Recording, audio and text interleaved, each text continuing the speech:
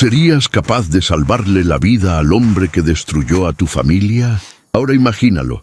Una viuda con 3 hijos viviendo en una choza de barro en las tierras áridas de Sonora, sin comida, sin dinero, con el pasado todavía sangrando en el pecho. Y justo ella se encuentra tirado y herido en medio del desierto al hombre más poderoso y temido de toda la región. El mismo que directa o indirectamente llevó a su esposo a la tumba. Cualquiera le habría dado la espalda. Pero lo que esta mujer hizo cambió el destino de 2 familias y dejó en completo silencio a todo un pueblo.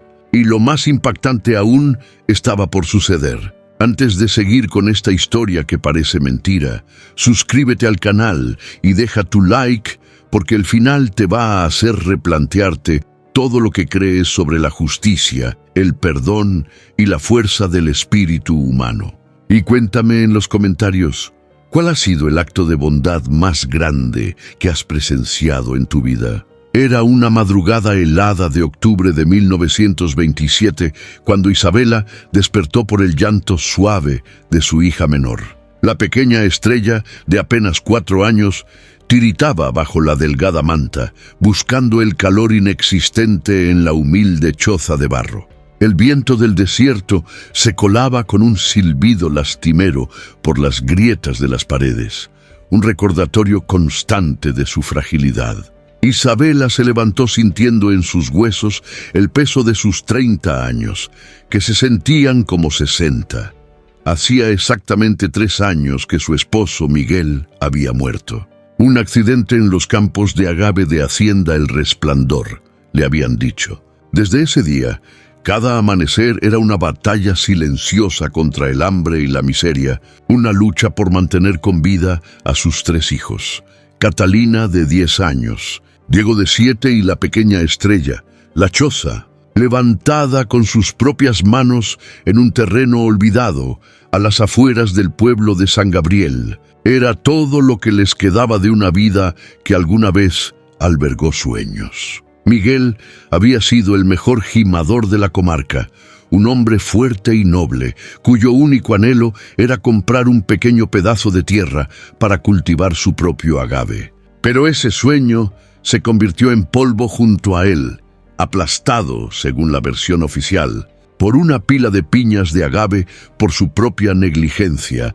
Isabela caminó descalza sobre el suelo de tierra apisonada hasta el rincón que servía de cocina. Lo que quedaba era desolador, un puñado de harina de maíz y un trozo de piloncillo. Con la precisión que solo la necesidad enseña, dividió la escasa comida en 3 porciones diminutas, una para cada uno de sus hijos. Ella, como tantas otras veces, soportaría el vacío en su estómago. El hambre era un dolor conocido, un compañero silencioso en su viudez. Catalina, su hija mayor, ya estaba despierta. Sus ojos oscuros, una réplica exacta de los de su padre, la observaban con una solemnidad impropia de su edad. Ayudaba a su madre en silencio, consciente de que los días de risas y comidas calientes se habían marchado junto con Miguel. Diego despertó poco después, frotándose los ojos y repitiendo la pregunta que se había vuelto un ritual matutino,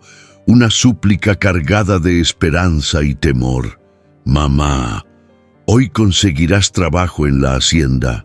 Isabela forzó una sonrisa que no llegó a sus ojos, un gesto cansado que intentaba ocultar la cruda realidad. Había rogado por trabajo en cada rancho y hacienda de la región, pero la sombra de ser la viuda del gimador descuidado la perseguía como una maldición. Decían que traía mala suerte, que la tragedia la seguía. Eran susurros crueles, mentiras que se esparcían como la plaga. Pero ¿quién le creería a una viuda pobre y sin poder? Lo peor era cargar con la verdad en silencio, una brasa ardiente en su pecho. Miguel no murió por descuido. Murió porque Rodrigo, el capataz de don Fernando Santiesteban, lo obligó a usar coas viejas y desgastadas para ahorrar costos. Cuando Miguel se quejó, lo amenazó con despedirlo. Con 3 hijos que alimentar no tuvo opción. Entendió su destino en ese momento. No tenía más opción que seguir adelante. Isabela apartó los amargos recuerdos de su mente. No ganaba nada revolviéndose en el fango del pasado. Debía concentrarse en el presente, en sus hijos que dependían enteramente de ella para sobrevivir.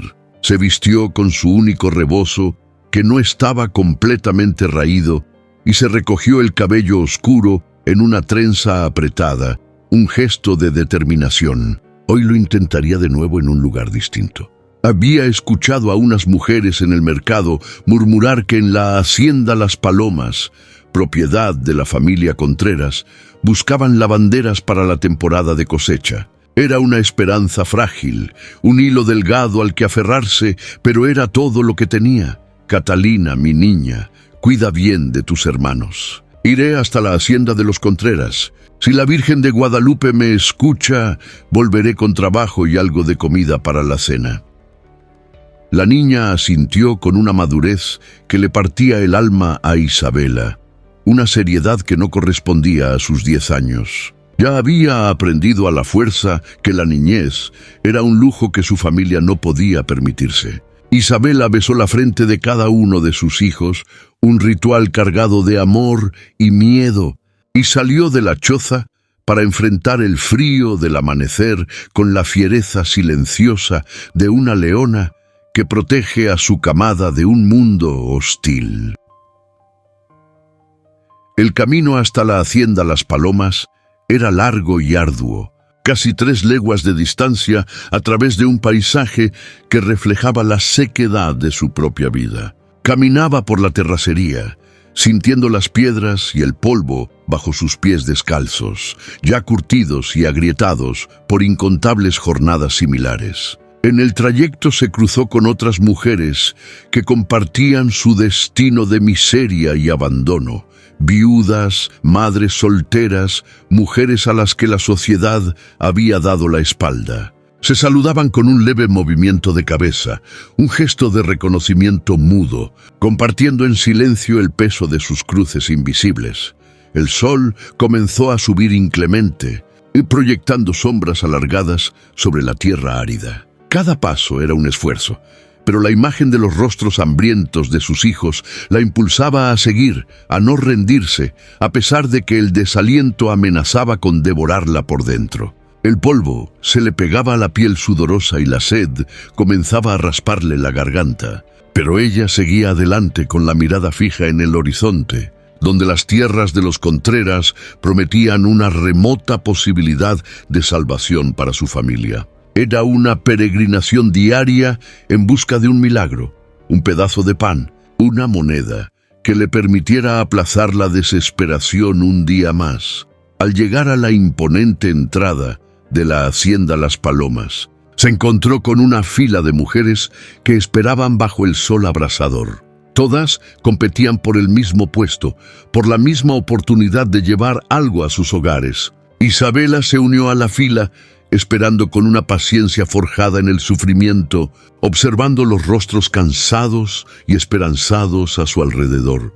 Cuando finalmente llegó su turno, el capataz, un hombre corpulento con un bigote espeso y una mirada despectiva, la examinó de arriba a abajo como si fuera un animal. ¿No es usted la viuda de Miguel, el gimador que se mató por descuidado en las tierras de don Fernando Santiesteban? Isabela sintió que la sangre le hervía en las venas, pero bajó la cabeza, reprimiendo la ira y la humillación. Necesitaba ese trabajo con desesperación. Sí, señor, soy yo, pero soy muy trabajadora y honrada. Sé lavar, planchar, cocinar, lo que se necesite. El hombre soltó una carcajada cruel que resonó en el patio. Aquí no queremos gente con mala suerte. Váyase de aquí antes de que su sombra nos traiga la ruina a la cosecha. Cada palabra fue una bofetada. Sin decir más, Isabela se dio la vuelta con los ojos llenos de lágrimas que se negaba a derramar. No les daría esa satisfacción, no allí, no frente a ellos, que se regodeaban en su poder y su crueldad. En el camino de regreso, con el alma encogida y los pies arrastrando el polvo de la derrota, se detuvo frente a la pequeña tienda de abarrotes de don Pascual, un anciano de bigote cano que, a veces, conmovido por su situación, le fiaba algunos granos. Pero incluso su bondad parecía haberse secado bajo el sol implacable de la pobreza. doña Isabela, con la pena más grande de mi corazón, pero ya no puedo seguir fiándole, le dijo el hombre sin atreverse a mirarla a los ojos. Usted ya me debe 4 meses y los proveedores ya no me dan tregua. Yo también tengo bocas que alimentar y los tiempos son malos para todos. Ella asintió en silencio, comprendiendo su lógica. No podía culparlo. La miseria era una cadena que los arrastraba a todos. Salió de la tienda con las manos vacías y el corazón convertido en una piedra pesada dentro de su pecho. ¿Cómo les diría a sus hijos que esa noche tampoco habría cena? ¿Cómo podría soportar ver la decepción en sus pequeños rostros? Una decepción que ya se estaba convirtiendo en resignación. La desesperanza era un abismo que se abría a sus pies, amenazando con tragarla por completo. Un vacío oscuro, donde las fuerzas para seguir luchando comenzaban a desvanecerse.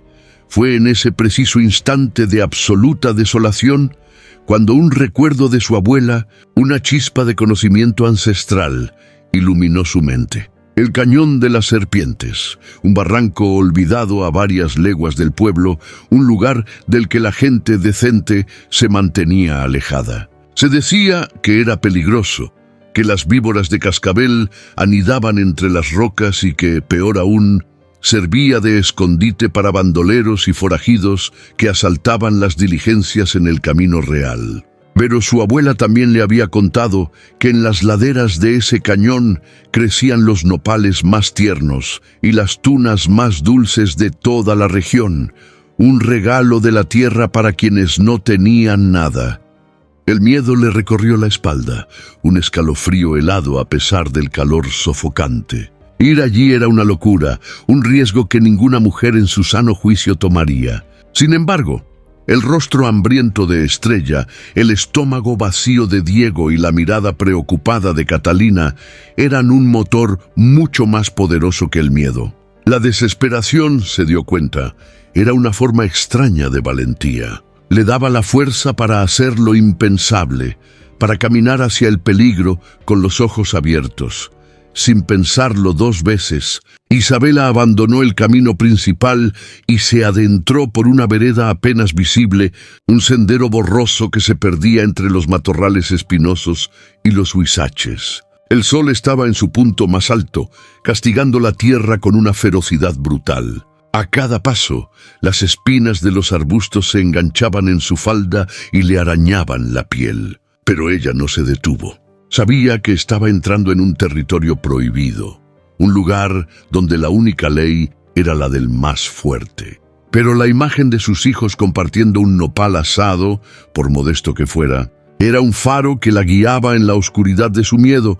Se movía con el sigilo de un animal del desierto, atenta a cada sonido, a cada sombra, con el corazón latiéndole desbocado en el pecho. No sabía qué encontraría al final del camino, si sería la salvación o la perdición, pero había tomado una decisión. No volvería a su choza con las manos vacías. No esa noche, no mientras le quedara un aliento de vida para luchar por sus pequeños. Después de lo que pareció una eternidad caminando bajo el sol abrasador, con la garganta reseca y los músculos adoloridos, finalmente llegó al Cañón de las Serpientes. El lugar era tan desolado como lo describían las leyendas, un laberinto de rocas y vegetación espinosa. Sin embargo, fiel a la promesa de su abuela, encontró un grupo de nopales cuyas pencas eran jóvenes y tiernas. Con el cuidado de quien maneja un tesoro, usó una piedra afilada para cortar varias pencas, evitando las espinas con una habilidad nacida de la necesidad. Un poco más adelante, un cacto de tunas ofrecía sus frutos de un color rojo intenso, como joyas sangrantes en medio de la aridez. Logró recolectar un puñado, un manjar dulce que sería una rara delicia para sus hijos. No era un banquete, ni mucho menos, pero era más de lo que habían tenido en días. Era la diferencia entre dormir con el estómago rugiendo y tener un poco de paz. Con su preciada carga envuelta en un trozo de tela que llevaba, comenzó el camino de regreso, sintiendo por primera vez en mucho tiempo una pequeña y frágil llama de esperanza en su corazón.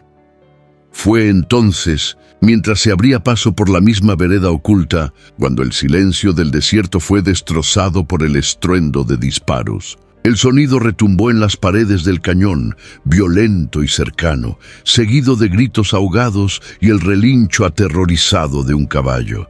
Isabela se arrojó al suelo instintivamente, escondiéndose detrás de una gran roca de granito, con el corazón martillándole en los oídos tan fuerte que temía que la delatara. Conocía esos sonidos, no por experiencia propia, sino por las historias que contaban los arrieros en el pueblo. Eran los sonidos de una emboscada, la firma de los bandoleros que infestaban la región, hombres sin ley ni alma que vivían del saqueo y la violencia. Los gritos se hicieron más cercanos, mezclados con el sonido de cascos de caballo galopando erráticamente. Isabela se encogió aún más, apretando los nopales contra su pecho, como si fueran sus propios hijos, rezando a todos los santos que conocía para volverse invisible, para que la tierra se la tragara y la escupiera de vuelta en su humilde choza, lejos de esa pesadilla. A través de una pequeña rendija entre las rocas se atrevió a mirar. La escena que presenció le heló la sangre en las venas y la dejó sin aliento. Por el sendero que bordeaba el cañón, un hombre venía tambaleándose con la ropa hecha jirones y manchada de sangre. Su fina camisa de lino blanco estaba teñida de un rojo carmesí y su costoso sombrero de fieltro yacía tirado en el polvo metros atrás. Tenía el cabello plateado revuelto y el rostro cubierto por una máscara de sangre y tierra que brotaba de una herida en la sien. A pesar del estado lamentable en el que se encontraba, Isabela lo reconoció al instante sin la menor sombra de duda. Era don Fernando Santiesteban, el hombre más rico y poderoso de toda la comarca, el dueño de la hacienda El Resplandor, el hombre cuyas órdenes indirectas, cuya avaricia habían llevado a su amado Miguel a la tumba. Era el responsable de su miseria, de las noches de hambre de sus hijos, y estaba allí, herido y solo, huyendo de los mismos demonios que su propia riqueza había engendrado. Don Fernando tropezó con una raíz expuesta y se desplomó a pocos metros de donde Isabela estaba oculta. El golpe seco contra la tierra levantó una pequeña nube de polvo que pareció asentarse sobre su cuerpo inerte. Intentó incorporarse apoyándose en un codo, pero sus fuerzas lo abandonaron. La sangre que emanaba de una herida en su costado comenzaba a formar un charco oscuro y pegajoso en el suelo sediento. Isabela permaneció petrificada, con la respiración contenida. Allí, a su merced, yacía el hombre que había tejido su desgracia, el arquitecto indirecto de la muerte de Miguel, la razón por la que sus hijos conocían el hambre más que los juegos. La justicia, pensó una parte oscura de su ser, a veces toma formas inesperadas. Bastaría con quedarse quieta, en silencio, y dejar que el desierto o los bandoleros reclamaran su deuda. Sería tan fácil, nadie sabría nunca que ella estuvo allí. Sería el final de su sufrimiento, una venganza servida por el destino. El hacendado gimió, un sonido bajo y lastimero, mientras intentaba arrastrarse hacia la sombra de un mezquite. Fue entonces cuando sus ojos, nublados por el dolor y el pánico, se encontraron con los de Isabela a través de la rendija. No hubo reconocimiento en su mirada, solo la súplica desesperada de un ser humano al borde de la muerte. «Por favor», susurró con un hilo de voz que el viento casi se lleva. «Ayúdeme, por favor». Una tormenta de emociones se desató dentro de Isabela. Cada noche de insomnio, cada humillación sufrida, cada lágrima derramada por la ausencia de Miguel, todo su dolor gritaba en su interior, exigiéndole que diera la espalda y se marchara. Pero entonces la imagen de Catalina, Diego y Estrella apareció en su mente con una claridad abrumadora. ¿Qué clase de lección les estaría enseñando? ¿Que la vida de un hombre, sin importar sus pecados, no valía nada? ¿Que debían responder al mal con más mal? ¿Era esa la mujer en la que quería convertirse? ¿Alguien capaz de ver morir a otra persona sin mover un dedo? Los gritos de los bandoleros se oían cada vez más cerca, sus voces ásperas rebotando en las rocas. Estaban peinando la zona, buscándolo.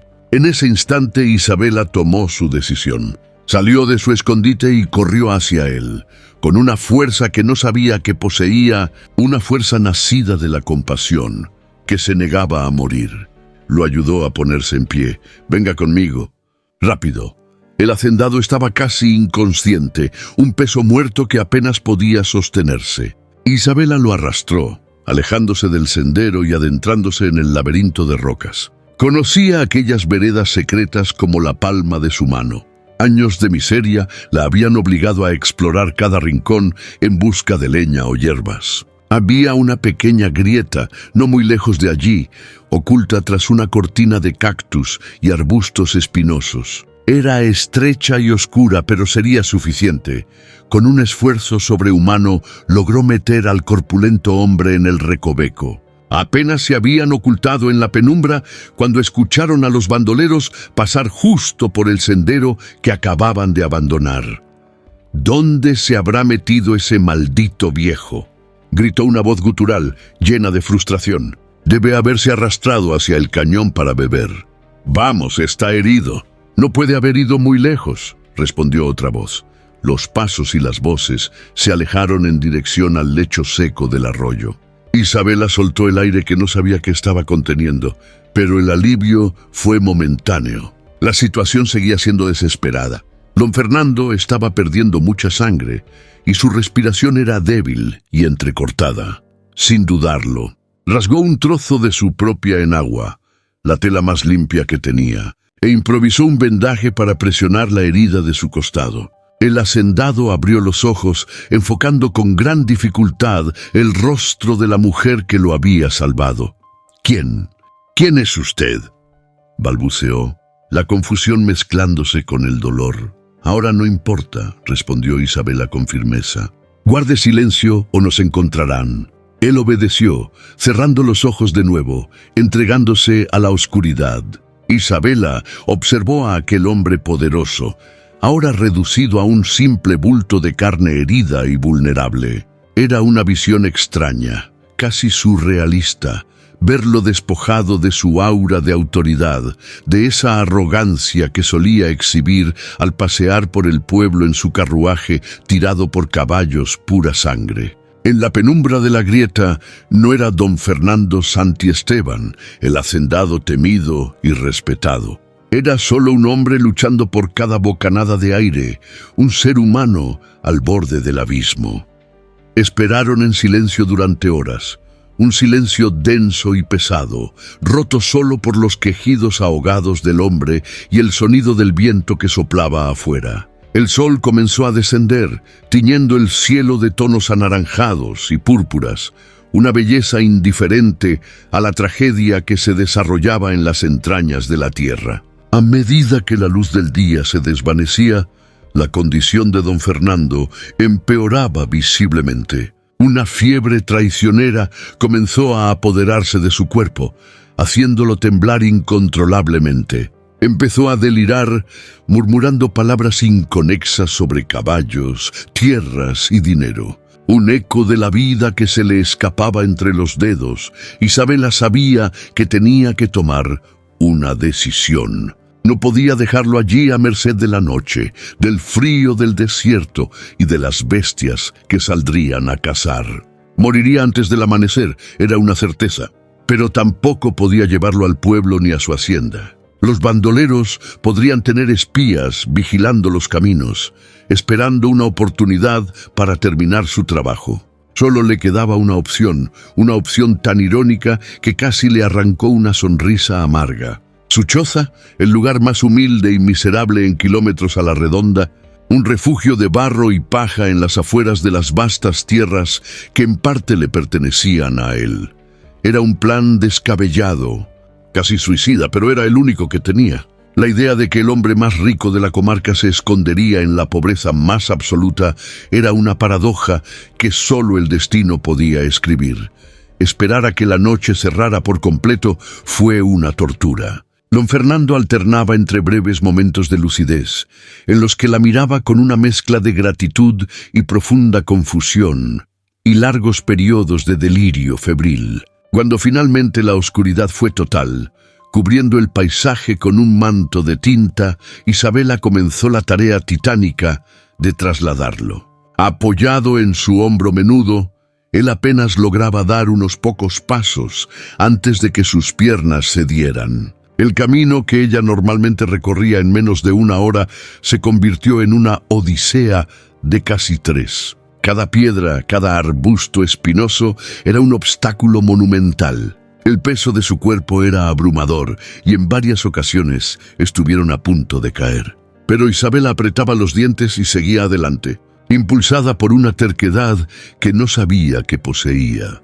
Al acercarse a la loma donde se encontraba su choza, vio una pequeña y vacilante luz de vela filtrándose por la rendija de la puerta. Sus hijos estaban despiertos, esperándola. Un nudo de angustia se le formó en la garganta. ¿Cómo les explicaría esto? ¿Cómo les pediría que ayudaran al hombre cuya sombra había oscurecido sus vidas? Golpeó suavemente la puerta de madera improvisada. «Catalina, soy yo. Abran la puerta, mis niños». La puerta se abrió con un chirrido lastimero y el rostro de Catalina apareció en el umbral. Sus ojos se abrieron desmesuradamente al ver la escena. Su madre, agotada y cubierta de polvo, sosteniendo a un hombre corpulento y ensangrentado que parecía estar al borde de la muerte. La niña ahogó un grito, retrocediendo un paso con el miedo y la confusión pintados en su cara. Diego y la pequeña Estrella se asomaron detrás de ella, sus siluetas recortadas por la luz parpadeante de la vela. «Mamá, ¿qué pasó? ¿Quién es ese hombre?», le preguntó Catalina con voz temblorosa. Isabela la miró con una intensidad que no admitía réplica. «Ahora no hay tiempo para preguntas, mi niña. Ayúdenme a meterlo». «Diego, rápido, trae un poco de agua del pozo». «Catalina, busca los trapos más limpios que tengamos». «Estrella, mi amor, ve a ese rincón y quédate muy quietecita». Los niños, a pesar del shock, obedecieron sin dudar. Habían aprendido en su corta y dura vida que cuando su madre usaba ese tono de voz, la situación era de vida o muerte. Su obediencia era un reflejo del profundo respeto y la confianza absoluta que tenían en ella. La única ancla en su mundo de incertidumbre. Con un esfuerzo conjunto, lograron acostar al hacendado en el único petate que poseían, su lecho familiar. Él perdió el conocimiento de nuevo, su cuerpo pesado y flácido sobre las fibras tejidas. A la escasa luz de la vela, Isabela pudo examinar mejor sus heridas. Además del corte en el costado y la herida en la cabeza, su cuerpo estaba cubierto de magulladuras y raspones. Los bandoleros no habían tenido piedad. Catalina, mostrando una vez más su increíble madurez, ayudó a su madre a limpiar la sangre con los trapos húmedos. No hizo más preguntas, simplemente siguió las instrucciones con una concentración admirable. Diego hizo varios viajes al pozo con el pequeño balde de madera, derramando la mitad del agua en su prisa, pero trayendo suficiente para la tarea. Incluso la pequeña Estrella ayudó a su manera, permaneciendo en silencio en su rincón, observando la escena con sus grandes ojos oscuros, llenos de una mezcla de miedo y asombro infantil. La choza, normalmente un refugio de silenciosa resignación, se había transformado en un improvisado hospital de campaña, donde una madre y sus 3 hijos luchaban por mantener con vida al hombre que representaba la causa de su desgracia. Isabela trabajó durante toda la noche, una vigilia febril y desesperada. Limpió las heridas lo mejor que pudo. Improvisó vendajes con tiras de su ropa más vieja y preparó una infusión de hierbas amargas que su abuela le había enseñado a usar para bajar la fiebre. El hacendado ardía, su cuerpo sacudido por escalofríos, murmurando frases rotas e incoherentes. Fue durante uno de esos delirios, en la quietud de la madrugada, y cuando Isabela escuchó algo que le heló el alma y detuvo su corazón por un instante. «Miguel, el quimador, no debió morir», balbuceó el hombre con los ojos cerrados. «Fue un accidente provocado. Rodrigo, el capataz, me mintió. Se guardó el dinero. Las coas estaban viejas. Isabela sintió que las piernas le fallaban y tuvo que apoyarse en la pared de barro para no caer. ¿Qué estaba diciendo? ¿Era posible que fuera la verdad? ¿O era simplemente el desvarío de una mente consumida por la fiebre y el dolor? El hacendado continuó murmurando, a veces frases sin sentido sobre ganado y cosechas, a veces con una claridad que era aterradora. La viuda. Necesito encontrar a la viuda, pedirle perdón, compensarla, pero desapareció. Nadie sabe de ella. Lágrimas silenciosas comenzaron a rodar por las mejillas de Isabela, surcando el polvo y el cansancio de su rostro. No eran lágrimas de tristeza, sino de una emoción confusa y abrumadora, una mezcla de validación, ira y una extraña y dolorosa compasión. Así que era verdad. Miguel no había sido un descuidado, había sido una víctima, sacrificado en el altar de la avaricia de otro hombre. Y este hombre, este hacendado que ahora yacía indefenso en su petate, había buscado la verdad y aparentemente buscaba redimirse. ¿O era solo la fiebre hablando, tejiendo verdades a medias con fantasías? Catalina se acercó a su madre y la abrazó por la cintura, un gesto de consuelo que trascendía las palabras. «Mamá, ¿quién es este hombre?», me preguntó de nuevo, esta vez en un susurro. Isabela miró a su hija, tan joven y ya cargada con el peso del mundo. «Es alguien que necesita nuestra ayuda, mi amor. Por ahora es todo lo que importa». La niña pareció entender, o al menos aceptó la respuesta, y volvió a su tarea de humedecer los trapos. Isabela sabía que la verdad completa tendría que esperar. Primero tenía que mantener a ese hombre con vida. Su supervivencia se había convertido, irónicamente, en la única esperanza de limpiar el nombre de Miguel y quizás de encontrar justicia. Transcurrieron 3 días de angustia y vigilia constante. 3 días en los que Isabela apenas durmió, dedicando cada momento a cuidar al hacendado, cuya vida pendía de un hilo. La fiebre no cedía, y la herida de su costado comenzaba a mostrar signos de infección, un olor agrio y enfermizo que impregnaba el aire de la pequeña choza. Sin medicinas, todo lo que podía hacer era aplicar cataplasmas de hierbas y rezar. Los niños fueron sus pequeños y valientes soldados en esta batalla.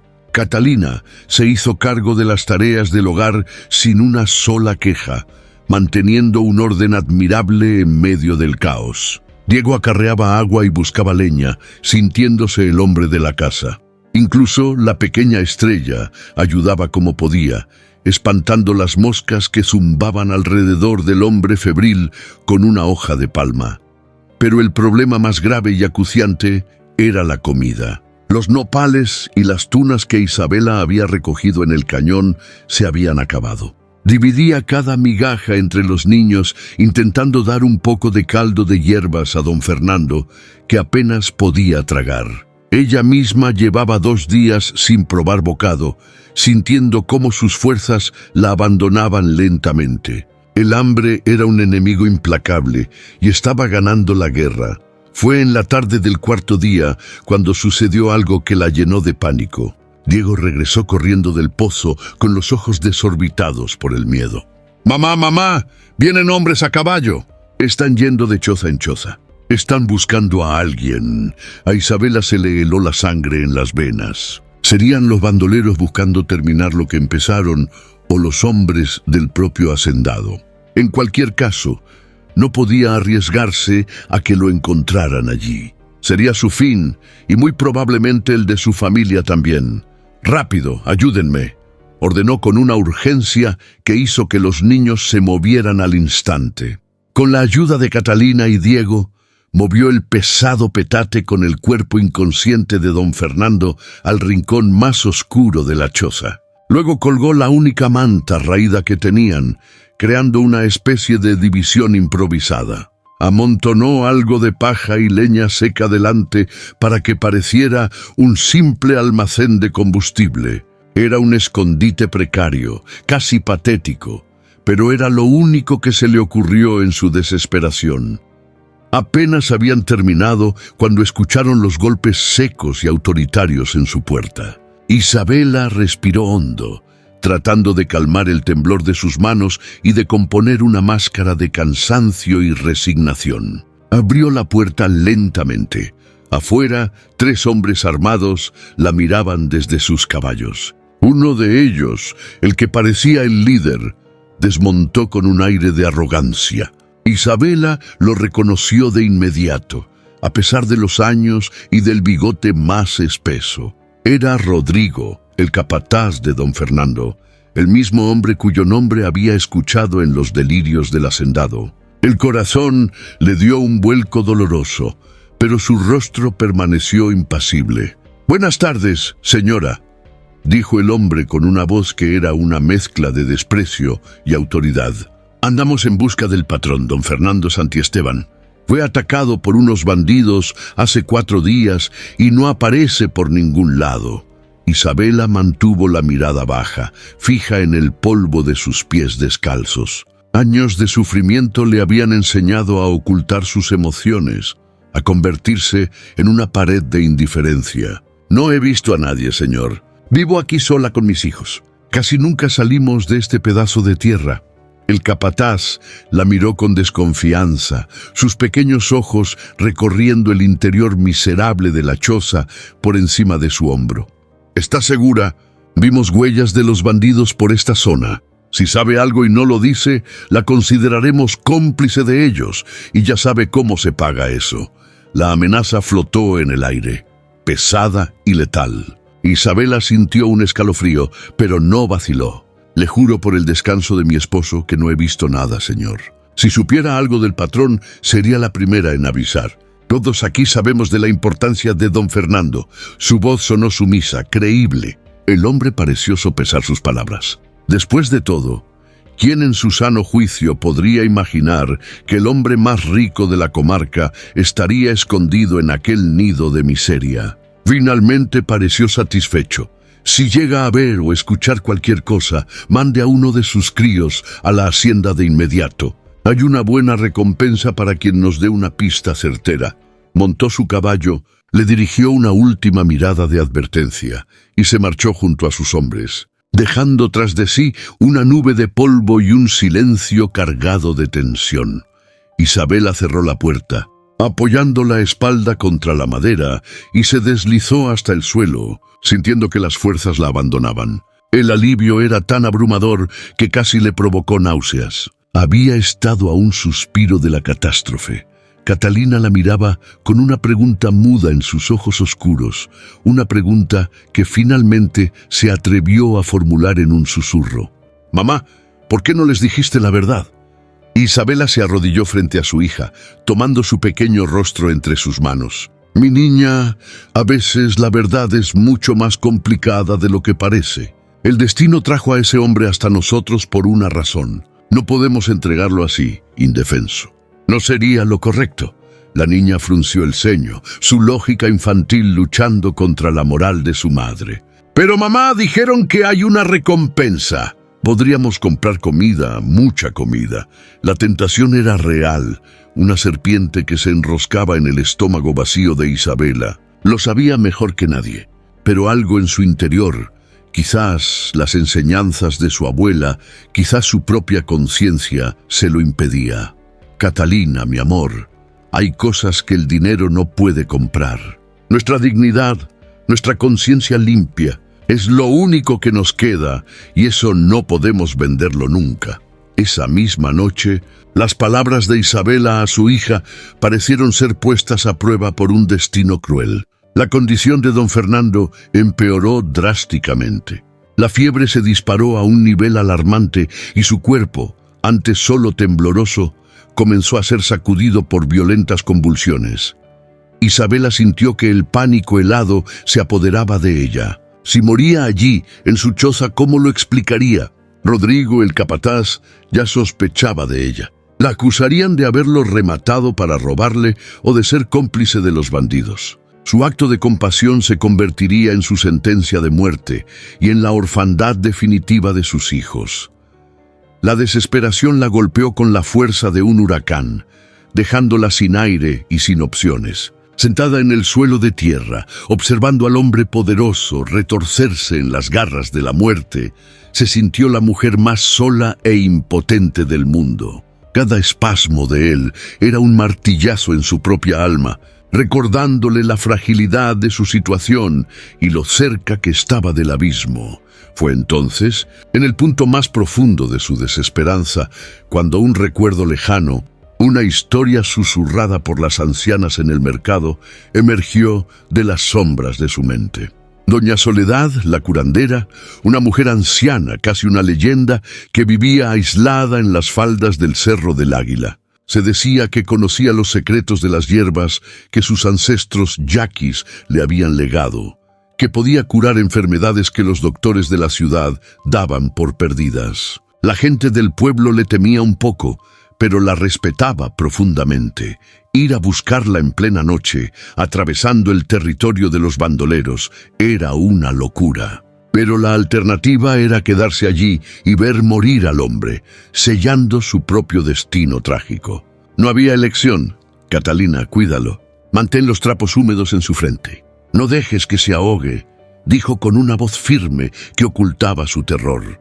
Voy a buscar ayuda. No le abras la puerta a nadie. Antes de que la niña pudiera protestar, Isabela salió corriendo hacia la noche oscura, una sombra fugaz, movida por la más pura desesperación. La carrera por el desierto nocturno fue una pesadilla. Cada sombra parecía un bandido al acecho. Cada ulular del viento, una advertencia. La luna era apenas una astilla de plata en el cielo, ofreciendo una luz insuficiente para guiar sus pies descalzos sobre el terreno rocoso y espinoso. Se cayó varias veces, arañándose las manos y las rodillas, pero se levantaba y seguía corriendo con la imagen del hombre convulsionando grabada en su mente. Conocía vagamente el camino hacia la choza de la curandera, un sendero que los arrieros evitaban. Finalmente, sin aliento y con el corazón a punto de estallar, vio una pequeña luz parpadeante en la ladera del cerro. Era la choza de Doña Soledad. Al llegar, antes de que pudiera levantar la mano para golpear la puerta improvisada, ésta se abrió con un suave chirrido. Una mujer diminuta y arrugada como una pasa, con el cabello completamente blanco y unos ojos negros que parecían contener la sabiduría de siglos, la miraba desde el umbral. Te estaba esperando, muchacha. El viento me trajo el olor de la fiebre y la terquedad de una madre. Isabela no cuestionó cómo la anciana sabía de su llegada. En las tierras áridas de Sonora había misterios que era mejor no indagar. La sabiduría de gente como Doña Soledad iba más allá de la lógica de los hombres. Se está muriendo. Doña Soledad, por favor, tiene que ayudarme. Suplicó con la voz rota por el agotamiento y la angustia. La anciana simplemente asintió, como si ya conociera cada detalle de la situación. Entró en su choza y regresó en segundos, con una bolsa de cuero gastado, de la que emanaba un aroma penetrante a hierbas secas y resinas. Vamos, hija. El tiempo es un hilo delgado y está a punto de romperse. Caminaron de regreso juntas en silencio. El miedo de Isabela no había desaparecido, pero la presencia serena y segura de la curandera a su lado era un bálsamo, una pequeña ancla en medio de la tormenta. Doña Soledad se movía por la oscuridad con una familiaridad asombrosa, como si la noche fuera su elemento natural, sus pies ancianos encontrando el camino sin vacilar. Era como caminar junto a un espíritu del desierto, una fuerza antigua que conocía todos los secretos de la tierra y de los corazones de los hombres. Al llegar a la choza, Doña Soledad entró directamente hacia el rincón donde yacía don Fernando, sin prestar atención a la miseria que los rodeaba. Los niños, que se habían acurrucado juntos, la miraban con una mezcla de temor y reverencia. La curandera lo examinó con cuidado, sus dedos nudosos palpando su frente, su pulso, la herida infectada. Murmuraba palabras en una lengua antigua, quizás yaqui, que Isabela no comprendía. El espíritu de este hombre está en una batalla, dijo finalmente con su voz suave y rasposa. Hay una culpa muy pesada envenenando su sangre, una deuda con un muerto, pero todavía hay esperanza. Su alma no quiere irse todavía. Isabela se estremeció. Las palabras de la anciana confirmaban lo que había escuchado en los delirios del hacendado. No había sido solo la fiebre. Había una verdad profunda y dolorosa luchando por salir a la luz. Doña Soledad comenzó su ritual. Molió hierbas en un pequeño molcajete, creando una pasta oscura y olorosa que llenó la choza con un aroma medicinal y terroso. Aplicó cataplasmas sobre la herida del costado y en la frente del hombre. Luego preparó una infusión de un color casi negro, tan amarga que el olor hacía arrugar la nariz. Con una paciencia infinita, forzó el líquido oscuro entre los labios apretados de don Fernando. Gota a gota, ahora el resto depende de los antiguos dioses y de su propio deseo de vivir, dijo limpiándose las manos en su delantal. Pero creo que se salvará. Hay un nudo sin desatar entre ustedes dos. El destino no los juntó para que él muriera en tu petate. Isabela la miró, confundida y asustada. ¿Qué quiere decir? La anciana le puso una mano arrugada en el hombro. Tú lo sabes, hija.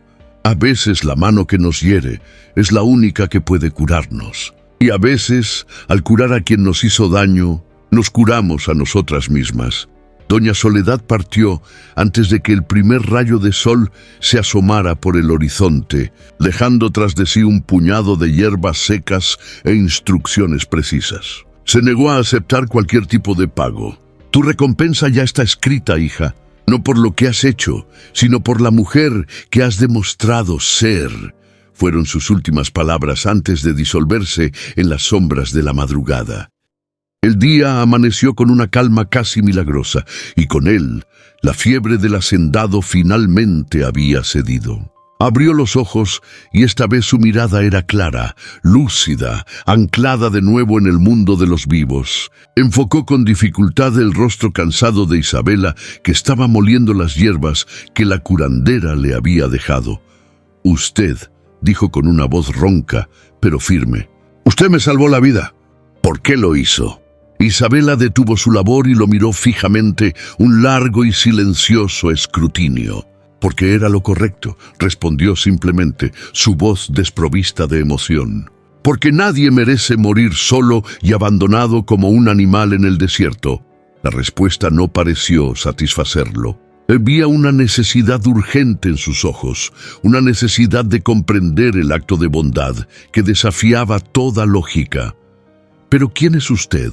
¿Por qué arriesgaría su propia vida y la de sus hijos por un completo desconocido?» Isabela dudó por un instante. Revelar la verdad podría ser peligroso, pero su instinto y las palabras que él había murmurado en sus delirios sobre Miguel la impulsaron a dar el salto al vacío. Él estaba demasiado débil para ser una amenaza, y ella necesitaba, con cada fibra de su ser, saber la verdad completa. Era una deuda que se tenía a sí misma y a la memoria de su esposo. Se acercó un poco más al petate, su sombra cubriendo parcialmente el rostro del hombre que había sido el fantasma de su miseria durante 3 largos años. La verdad, se dio cuenta, era la única llave que podía liberarlos a ambos de la prisión del pasado en la que estaban atrapados. «Mi nombre es Isabela Morales», dijo con una calma que no sentía. El hacendado frunció el ceño. El nombre le sonaba vagamente familiar, pero no lograba ubicarlo en el vasto archivo de rostros y nombres que era su memoria. «Morales, Morales», repitió en un murmullo, buscando en los rincones de su mente febril. «Espere un momento. ¿Acaso es usted pariente de Miguel Morales, el gimador?» La pregunta quedó suspendida en el aire denso de la choza, cargada con el peso de 3 años de dolor y silencio. Isabela sintió que la garganta se le cerraba, pero no apartó la mirada. «Soy su viuda». El silencio que siguió fue absoluto, tan profundo y pesado que pareció absorber todo el sonido del mundo. El rostro de don Fernando perdió el poco color que le quedaba, volviéndose de un blanco ceniciento, más pálido de lo que la fiebre lo había dejado. Sus ojos se abrieron desmesuradamente. llenándose de una emoción que Isabela nunca esperó ver en él. Un horror puro, un reconocimiento devastador y, finalmente, lágrimas. «Dios santo», susurró la voz quebrada. Usted es la viuda que he estado buscando por todas partes, la esposa de Miguel». «Sí», respondió Isabela, su voz apenas un soplo de aire. «Soy yo». El hacendado la miró con una mezcla de incredulidad y asombro. «Y aún así, aún sabiendo quién soy, sabiendo que usted me salvó la vida». «Sí». La simple afirmación pareció golpearlo con más fuerza que cualquier acusación. Intentó incorporarse, como si un impulso de honor lo obligara a ponerse de pie ante ella, pero su cuerpo herido lo traicionó. Cayó de nuevo sobre el petate, vencido, y las lágrimas que habían asomado a sus ojos comenzaron a correr libremente por sus sienes, perdiéndose en su cabello plateado. «Señora Isabela, yo necesito decirle la verdad sobre su esposo, sobre lo que realmente sucedió aquel día». Isabela tomó un pequeño banco de madera que Diego había tallado y se sentó a su lado, sus manos temblando ligeramente sobre su regazo. Afuera, el sol de la mañana comenzaba a calentar, pero dentro de la choza el aire era frío y denso. Catalina, con una sabiduría que superaba sus años, había sacado a sus hermanos a jugar cerca del pozo, presintiendo que su madre necesitaba estar a solas con aquel hombre roto. Don Fernando respiró hondo, reuniendo no solo la fuerza física para hablar, sino también el coraje moral para enfrentar los fantasmas que lo habían atormentado.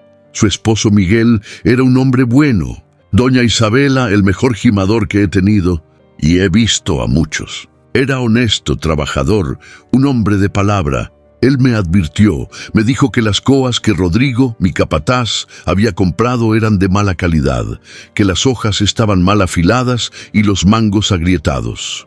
Me dijo que era un peligro para los hombres. Hizo una pausa, luchando contra un espasmo de tos y la emoción que le embargaba la voz. Yo había destinado una buena suma de dinero para equipo nuevo, el mejor que se podía conseguir. Pero Rodrigo, el hombre en el que confié durante casi 20 años, el que hoy me busca supuestamente para salvarme, se quedó con la mayor parte del dinero. Me presentó facturas falsas, me aseguró que el equipo era de primera, y yo le creí. ¿Por qué iba a dudar de él? Isabela sintió que su corazón se aceleraba, cada palabra del hombre confirmando la verdad que había anidado en su alma como una certeza dolorosa. La verdad que la había convertido en una paria. Cuando ocurrió el derrumbe, yo estaba de viaje en Hermosillo. Regresé en cuanto me enteré. Rodrigo me juró que Miguel y los otros hombres, por querer terminar antes, habían apilado las piñas de agave sin cuidado, que la ambición los había matado. Y yo le creí. Era más fácil creerle. El hacendado tosió de nuevo e Isabela, en un gesto casi instintivo, le acercó un cuenco con un poco de agua. Pero algo no encajaba. La historia tenía fisuras. Miguel no era ambicioso de esa manera. Su única ambición era su familia. Así que hace unos 8 meses comencé a investigar por mi cuenta, en secreto. Descubrí la verdad. Rodrigo no solo robó el dinero del equipo, sino que amenazó a los hombres para que trabajaran más rápido y así él poder cobrar una bonificación por productividad. Lágrimas silenciosas corrían por el rostro de Isabela, pero esta vez no eran de dolor o confusión, sino de una catarsis amarga y profunda. La confirmación de lo que su corazón siempre había sabido era, al mismo tiempo, una liberación y una herida que se abría de nuevo. La pesada carga de la vergüenza y la calumnia que había llevado sobre sus hombros durante 3 años se desvanecía, pero en su lugar quedaba el dolor desnudo y afilado de la injusticia. Miguel, su Miguel, no había muerto en vano, sino como un hombre honorable que había intentado proteger a sus compañeros. Yo despedí a Rodrigo en cuanto lo supe, continuó don Fernando con la voz ahogada por la vergüenza. Pero lo hice en secreto para no causar un escándalo que manchara el nombre de la hacienda. Fui un cobarde, lo sé. Después comencé a buscar a las familias de los otros jimadores que murieron. Quería compensarlas, pedirles perdón. Usted fue la única a la que nunca pude encontrar. Me dijeron que se había marchado de la región. Isabela negó con la cabeza. Nos echaron de la pequeña casa que nos daba la hacienda al día siguiente del entierro. Vine a esta choza porque era el único lugar que nadie quería. Tierra maldita, le decían. El hacendado cerró los ojos, una expresión de profundo dolor cruzando su rostro. La imagen era devastadora en su simplicidad. Mientras él vivía en su casona de 20 habitaciones, rodeado de lujos que no podía ni contar, la viuda y los hijos del hombre cuya muerte pesaba sobre su conciencia estaban sobreviviendo en una choza sobre tierra maldita, pasando hambre por su culpa, por su negligencia. «Usted no lo sabía», dijo Isabela, más como un intento de consolarse a sí misma que a él. «Pero debía haberlo sabido», replicó él con una ferocidad inesperada. «Era mi responsabilidad. Esos hombres trabajaban para mí. Sus vidas, sus familias estaban bajo mi protección y yo les fallé a todos. Fallé por confiar ciegamente, por preocuparme más por las ganancias que por la gente. Fallé a su esposo y le fallé a usted y a sus hijos». El hacendado comenzó a toser violentamente, el esfuerzo de la confesión agotando sus pocas fuerzas. Isabela, movida por un instinto que iba más allá del rencor, lo ayudó a acomodarse, asegurándose de que las heridas no se hubieran reabierto. «Doña Isabela», dijo él, sujetando su mano con una fuerza sorprendente, «si salgo de aquí con vida, le juro por el alma de mi difunta esposa que fue una santa, que voy a reparar todo el daño que he causado. Usted y sus hijos no volverán a pasar una sola necesidad por el resto de sus vidas». Ella intentó retirar la mano, incómoda. «No quiero su caridad, don Fernando». «No es caridad», insistió él, apretando su mano con más fuerza. «Es justicia. Es lo mínimo que un hombre puede hacer para empezar a limpiar su alma. Su esposo debió haber sido mi socio, no mi empleado. Tenía la inteligencia y la visión. Si no hubiera sido por mi ceguera y mi comodidad, él estaría vivo y ustedes serían una familia próspera. Acepté las mentiras de Rodrigo porque eran convenientes, porque la producción no se detenía y el dinero seguía entrando». En ese preciso momento, los niños regresaron rompiendo la densa atmósfera. Estrella corrió hacia su madre y se abrazó a sus piernas, mirando al hombre en el petate con curiosidad infantil. El hacendado observó a los 3 niños con una nueva perspectiva. Ya no eran solo niños pobres, eran los huérfanos que su negligencia había creado. «Son unos niños hermosos, doña Isabela», dijo con voz suave. «Catalina tiene su entereza, Diego la mirada decidida de su padre y la pequeña tiene la sonrisa de Miguel». Los días que se siguieron a la confesión, el aire dentro de la pequeña choza cambió. La rabia que Isabela había cargado como una armadura por 3 largos años comenzó a disolverse, no completamente, pero dando lugar a una compleja tapicería de emociones que no conseguía descifrar: compasión, resentimiento y una extraña e innegable conexión con el hombre quebrado en su petate. El hacendado, por su parte, observaba con ojos recién abiertos la rutina silenciosa de aquella familia forjada en la adversidad. Veía cómo Isabela dividía la escasa comida en porciones exactas, garantizando que los niños comieran primero, quedándose ella misma con el estómago vacío la mayoría de las veces. Veía a Catalina, tan joven, cuidando de sus hermanos, con la autoridad y el cariño de una pequeña madre. Veía a Diego intentando ser el hombre de la casa con sus escasos 7 años, arreglando lo que podía con pedazos de alambre y madera. Y veía a la pequeña Estrella, que debería ser un pozo de risas y juegos, ya marcada por una seriedad que no le pertenecía. Cada una de esas observaciones era una puñalada en su conciencia, un recordatorio vívido y constante de la deuda impagable que había contraído. Una tarde, mientras Isabela había salido para buscar agua, una tarea que se tornaba cada vez más arriesgada, Catalina se aproximó al lecho del hacendado, sus grandes ojos oscuros fijos en él. ¿El señor va a denunciarnos por esconderlo?, preguntó con franqueza desarmante. El hacendado la miró, sorprendido por la pregunta. ¿Denunciarlos? Niña, ustedes salvaron mi vida y mintieron para mis hombres e hicieron bien. Es más, Catalina, tu mamá es una mujer extraordinaria. Después de todo lo que le hice, podría haberme dejado morir en aquel barranco, pero no lo hizo. Eso muestra el tipo de fibra de que ella es hecha, y la tuya también por ayudarla.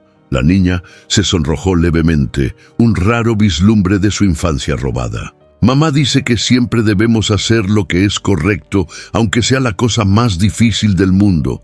El hacendado sintió un nudo en la garganta. Tu mamá tiene toda la razón. Yo olvidé eso por mucho tiempo, pero ella me lo enseñó de nuevo. Diego, alentado por su hermana, también se aproximó, aún con aire desconfiado. ¿El señor es de verdad el hombre más rico de toda la provincia? Dicen que sí, respondió el hacendado. Entonces, ¿por qué los bandoleros lo atacaron? Porque el dinero atrae la codicia, niño, y la codicia casi siempre trae violencia. Pero ¿sabes de una cosa? En estos días aquí, viéndolos a ustedes, aprendí que perdí cosas mucho más valiosas que todo el oro que ellos me robaron.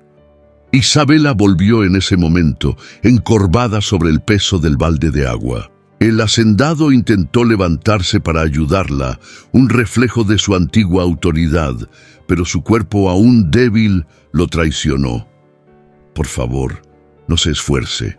El señor todavía precisa recuperarse, dijo ella.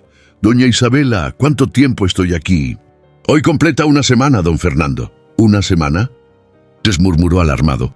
Mis hombres deben pensar que morí. Mis primos, que son como buitres, deben estar moviéndose para tomar mis tierras. Necesito mandar un recado. Es muy peligroso, replicó ella. Los bandoleros o los hombres del capataz aún pueden estar vigilando. Tiene razón, pero si no hago nada, todo por lo que mi padre trabajó se perderá. El dilema permanecía en el aire, pesado y sin solución. Fue Catalina quien, con su lógica infantil y su coraje recién descubierto, ofreció una salida. Mamá, ¿y si yo fuera? Nadie sospecharía de una niña. Puedo llevar un recado. No es demasiado peligroso, Catalina. No voy a arriesgarte, dijo Isabela de inmediato, el terror apoderándose de su voz. Pero el hacendado, después de un momento de reflexión, vio la brillantez en la arriesgada propuesta. Espere, Isabela, la niña tiene razón. Nadie sospecharía de una niña. Pensarían que va al mercado o a jugar. Podría escribir una breve nota con mi sello. Solo tendría que entregarla al padre Matías, en la iglesia del pueblo. Es mi confesor y un hombre de absoluta confianza. No la pondría en peligro si no fuera la única salida.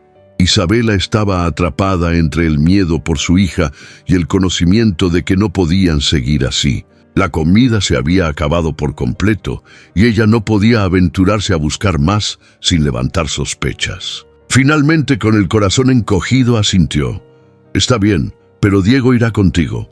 2 niños jugando juntos llaman menos la atención que una sola niña con una misión.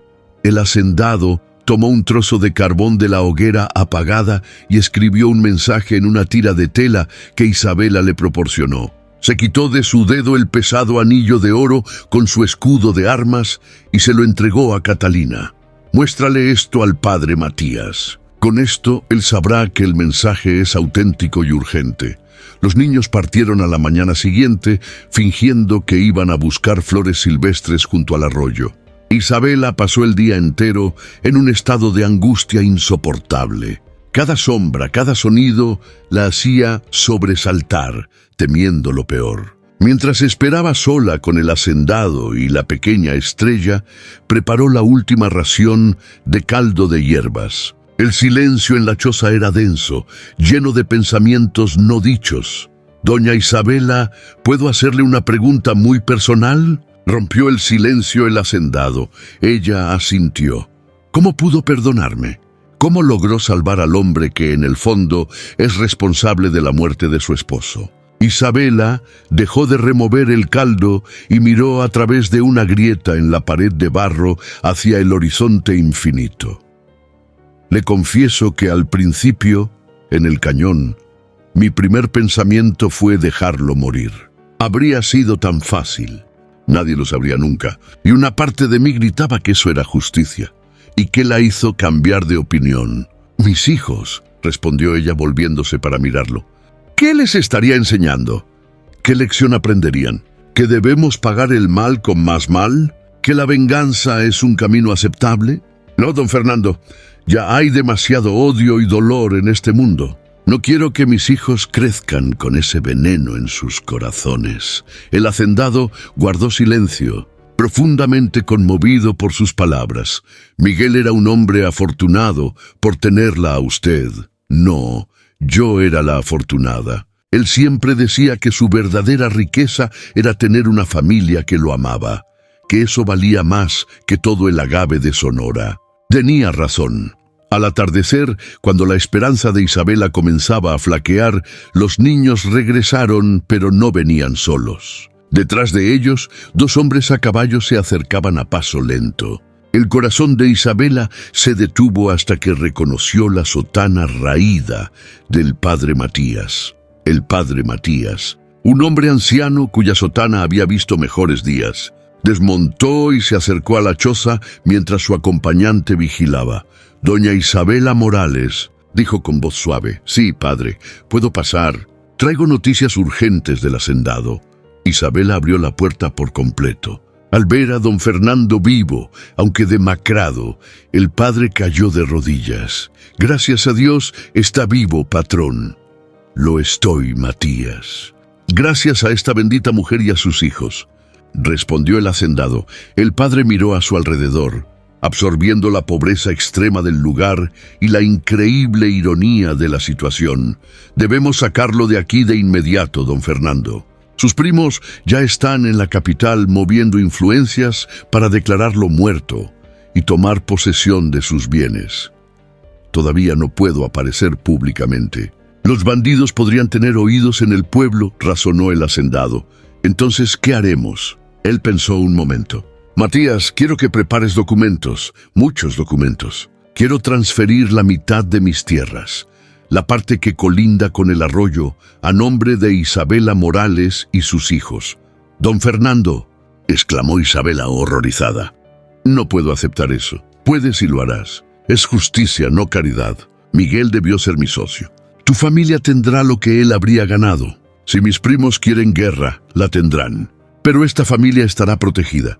Una semana después, el hacendado regresó, no en secreto, sino al frente de una comitiva con trabajadores y carretas llenas de provisiones, para asombro de todo el pueblo de San Gabriel. Se arrodilló en el polvo frente a Isabela y con una voz que todos escucharon, confesó públicamente su negligencia y la verdad sobre la muerte de Miguel. Le entregó las escrituras de un rancho próspero y estableció un fondo para la educación de los niños. La mujer de la choza que salvó al hacendado no solo le dio la vida, sino que le enseñó a recuperarla. Y así, en las tierras áridas de Sonora donde floreció el perdón, 2 familias rotas encontraron la manera de volver a empezar, demostrando que la verdadera nobleza no nace de la riqueza, sino de las elecciones que hacemos cuando nos enfrentamos a la oscuridad de nuestro propio corazón. Y así termina nuestra historia. Un relato sobre el poder del perdón para sanar las heridas más profundas y la fuerza de una madre para cambiar el destino. Pero ahora quiero saber de ti. ¿Qué habrías hecho en el lugar de Isabela? ¿Habrías salvado al hombre que creías responsable de tu tragedia?